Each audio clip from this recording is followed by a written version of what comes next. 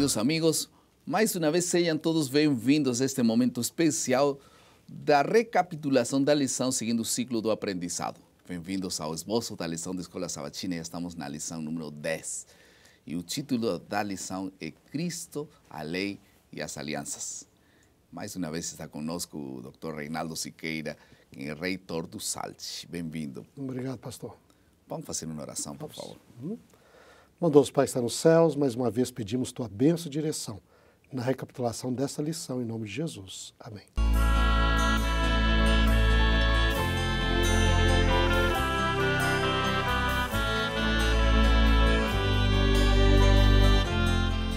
Uma das alianças mais significativas entre os seres humanos é, sem dúvida, o casamento. Tanto o noivo como a noiva se preparam de uma forma muito especial para esse grande dia. Parece que o tempo passa devagar, querem que esse dia chegue logo, até que finalmente esse dia chega. O pastor oficiante pergunta: promete ser fiel a Rosa por o resto de tua vida? Estarás com ela na saúde, na enfermidade, na prosperidade como na pobreza, na alegria como na tristeza. Renunciando a todas, te guardarás somente para ela? E ele, com os olhos cheios de brilho, diz: sim, aceito, prometo. Essa será uma data significativa na vida deles, jamais será esquecida. E entre aspas, porque alguns esquecem depois alguma data tão importante como essa. O interessante é que nos primeiros meses, eles celebram todos os meses, primeiro mês de casamento, segundo mês de casamento, depois de um tempo, celebram um ano de casamento, não sei se depois cada 10 anos, mas essas datas começam a passar cada vez mais. Um dia, uns anciãos celebravam a data do seu casamento e ela estava com Alzheimer, aquele mal de esquecimento. Não lembrava mais os nomes e datas. Então alguém perguntou para ele por que insistia em celebrar essa data se ela não lembrava mais de nada. Ele respondeu: ela talvez não lembre mais, mas eu sim lembro. Por isso o foco da lição desta semana é saber que parte da aliança, essa aliança que Deus faz conosco, é um chamado a obedecer sua lei. Não como um meio de salvação, mas como um fruto dela. A lei, a graça, unidas sempre, são formas centrais para a aliança eterna. Vamos a passar à segunda parte do nosso esboço, que é a compreensão.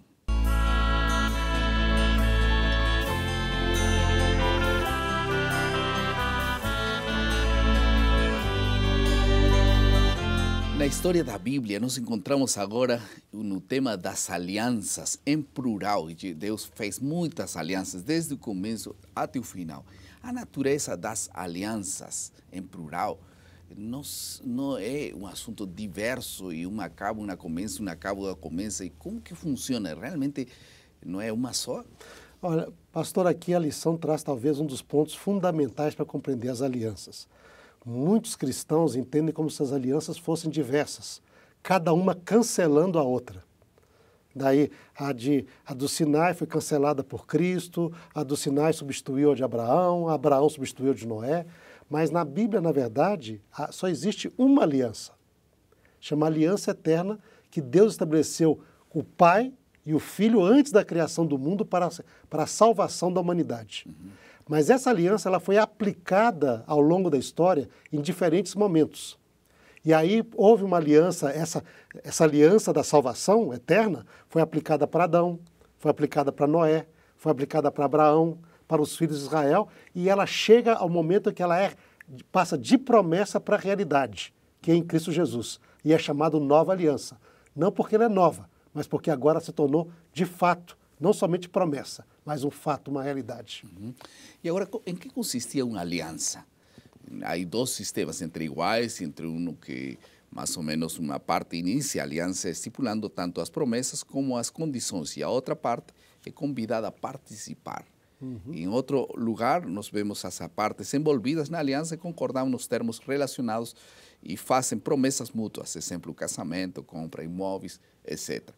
Qual é a aliança que Deus faz conosco? Uma aliança entre iguais e mútuas é uma aliança entre pessoas iguais. Por exemplo, como entre Labão e Jacó. Fizeram aliança de que a partir daquele monte que eles estabeleceram, nunca nenhum iria passar para o outro lado para fazer mal ao outro. Abraão fez com Abimeleque de proteção, não é? E Davi fez com o rei de Tiro, de amizade. Entre iguais. Isso são iguais. Mas há ali outro tipo de aliança, quando aquele convida e ele estabelece as regras, é o tipo da aliança que um rei estabelece com um inferior, com um súdito, ou com um reino conquistado. E é o tipo de aliança que aparece na Bíblia entre Deus e o ser humano é assim. Deus não é igual ao ser humano. O ser humano não é igual a Deus. Deus estabelece as normas. Deus estabelece o parâmetro dessa aliança e nos convida a participar. Nós podemos aceitar. Nós temos essa liberdade. Podemos rejeitar. Mas nós não estabelecemos as regras. Quem estabelece é Ele. Não é? E nos convida a participar. Então, todas as alianças de Deus na Bíblia... é de Deus, né? É de Deus. Ele sempre vai. Ele foi atrás de Adão. Ele falou primeiro com Noé. Ele que chama Abraão. Ele que tira os filhos de Israel do Egito. Ele que se encarna e vem viver entre nós. Há umas sinais, né? Nessa aliança. Por que foram dadas sinais para estabelecer alianças? É que os sinais, geralmente, eles representam, eles não são aliança. Eles representam a aliança. Por exemplo, um casamento. O casamento é a aliança. Um homem e uma mulher se prometem fidelidade, amor e viverem juntos para sempre. Qual o sinal dessa aliança? É o registro de casamento. Né? Assinatura. E assinatura, aí diz, eles estão casados. Você não vive com um papel. Você vive com uma pessoa. Não é? Mas aquilo é o sinal, não é, da aliança. Então, na Bíblia, nós temos vários sinais. Por exemplo, o sábado é sinal da aliança de Deus da criação. O arco-íris. O arco-íris, o sinal da aliança de Deus com Noé. Não é? A circuncisão, o sinal da aliança de Deus. O batismo também. Os 10 mandamentos e, sobretudo, o sábado é o sinal da aliança do Sinai, não é? E o batismo no sinal da nova aliança. Então, os 10 mandamentos também são sinal. São sinal, porque diz qual que era o sinal dele. O que ele deu no monte do Sinai que representava a aliança? Os 10 mandamentos. Por isso, elas são chamadas tábuas da aliança. Representava essa aliança e o compromisso assumido. Não é? Quando Deus fez uma aliança com Abraão, por exemplo, ele disse que sua descendência seria como as estrelas dos céus, enfim. Mas ele falhou, né? E depois se interrompeu aquela aliança. Onde que se cumpriu a aliança com Abraão? Bom, a aliança de Abraão é uma promessa, né? Eu acho assim, Abraão falhou às vezes. Eu não sei se nós podemos dizer que Abraão falhou. Porque a promessa para Abraão é a promessa de Deus que ia dar um descendente para ele. Não é? Que através desse descendente, você chega lá em finalzinho, Gênesis 22, versos 17 em diante, diz, visto que você fez isto e você não me negou o seu filho, o seu único filho, então de veras te abençoarei, te multiplicarei. Na tua descendência serão abençoadas todas as famílias da terra. Está falando de Jesus, então. Então Gálatas nos diz o quê? Que essa aí apresentava, sobretudo, acerca do descendente de Abraão, Jesus. Através de quem? Todas as famílias da terra foram abençoadas. Mas mesmo assim, pastor, através de Israel, nós fomos abençoados também. Por quê? Porque Israel trouxe a Bíblia. Não é? Lembra que todo o Antigo Testamento foi escrito por israelitas e o Novo Testamento também. Lucas é provavelmente o único israelita, não israelita, que escreveu na Bíblia. Não é? Mas, por exemplo, Israel trouxe Jesus. Através dele nasceu Jesus. Então, eles trouxeram uma bênção, mas a grande bênção que é a salvação, que faz de todo mundo filho de Abraão, foi através de Cristo Jesus. E Gálatas, Paulo fala isso no capítulo 3 de Gálatas, né? Verso 15 em diante. Como é que a aliança feita com Israel, através de Jeremias, confirma a natureza eterna da lei? Porque a lei foi estendida. Hebreus, capítulo 10, 11 até o 18, fala que a lei seria gravada no coração. Né? Então, você nota, eis que farei com eles uma aliança, não é? Na qual vou escrever as minhas leis no seu coração e na sua mente. Né? De tal maneira que ele diz, eu vou apagar os pecados, uma vez que isso mostra que essa aliança um dia vai chegar ao ponto, que nós vamos estudar mais adiante, em que não haverá mais pecado na terra, porque Deus vai solucionar o problema do pecado. E isso começa a partir da vida de Jesus. Jesus começa essa aliança que um dia ele vai concluir a parte final dela, que é quando vai extirpar o pecado, etc. E todos terão a lei de Deus gravada no seu coração. Já começa a partir de agora. Ele já vai marcando no nosso coração e mente a sua lei e o amor para o Deus. Não é? Mas um dia isso vai tomar toda a terra. Não existirá mais quem Amém. não esteja em harmonia com Deus. E a maior aliança, não poderíamos dizer maior aliança, mas é a continuação da aliança é a sangue, que assinala, talvez mais, o sangue que realmente representa um sinal de vida eterna. Exatamente. Não é? E essa nova aliança, ela é nova porque ela sempre vai ficar nova. É a mais antiga aliança. Deus fez, Jesus é o Cordeiro de Deus oferecido antes da fundação do mundo, diz Paulo. Não é? Mas essa aliança, ela nunca vai envelhecer. Ela sempre esteve presente através de todas as alianças, porque todo mundo sempre foi salvo por Cristo Jesus, pelos seus méritos. Abraão, diz, ele creu em mim, viu meu dia e se alegrou. Amém. Não é? Todo mundo. E nós iremos viver, desde o primeiro homem, desde Adão até o último, todos são salvos por Cristo Jesus, que é o Cordeiro de Deus e o fundamento dessa nova aliança. E aí está, a aliança com a humanidade em Gênesis 2 foi confirmada em Hebreus 9:15, quando fala que o sangue garante que receberemos a vida eterna.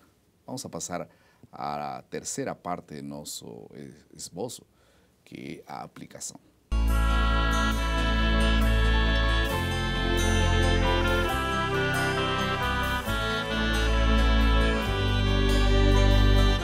Como podemos aplicar esta lição para nosso diário viver?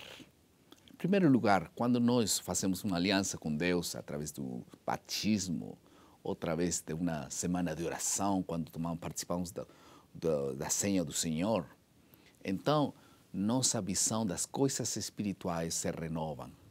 Um ânimo diferente cobra e toma conta de nossas vidas.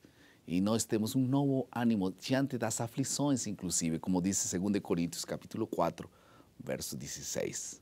Em segundo lugar, o que tem o Filho tem a vida eterna. A vida não consiste apenas em ter coisas ou ter conhecimento. A vida consiste principalmente em ter o Filho em cada um de nós. Isso é a vida eterna. Por isso vale a pena fazer uma aliança com Deus. Em terceiro lugar, a boa obra que Deus começou será completada por Ele mesmo. Filipenses capítulo 1, verso 6, diz que Ele que já nos deu o privilégio de iniciar uma obra nova em nossos corações, Ele vai completar esse trabalho depois. Graças a Deus por isso. Por isso vale a pena renovar nossa aliança com Deus. Se você foi batizado, por exemplo, e então depois você sente que se está debilitando, renove seu compromisso com Deus. Ele vai dar-lhe uma nova força para completar aquilo que Ele mesmo começou. Em quarto lugar, aquele que ouve e crê a palavra de Cristo passou de morte à vida. Por isso vale a pena ouvir e crer a palavra de Deus. Vamos a passar à última parte do nosso esboço, que é a criatividade.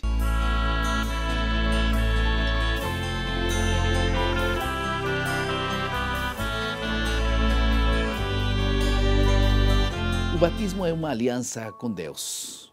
Ele fará em nós o que nós não podemos fazer por nós mesmos. O batismo substituiu a circuncisão do tempo passado. Por isso, todo aquele que seja batizado e crê em Deus será salvo, diz o livro de Marcos.